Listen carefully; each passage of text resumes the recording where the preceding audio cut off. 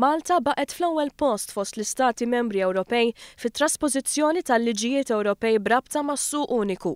L-aħħar studju mill-Kummissjoni Ewropea juri li Malta naqset in-numru ta' direttivi implementati tard għal 0.2% fejn pajjiżi Ewropej oħra naqsu għal 0.7%.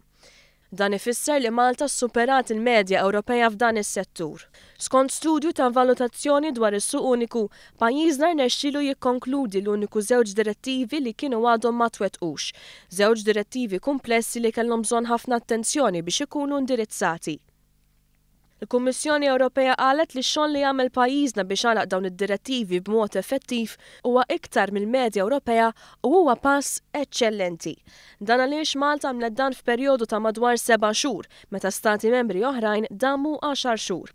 Id-Deputat Prim Ministru Lewis Gregg saħaq kif dan jirrifletti l-prijorità li l-Gvern Malti jagħti għat-trasposizzjoni tad-direttivi, b'mod partikolari dawk relatati mas-suq uniku.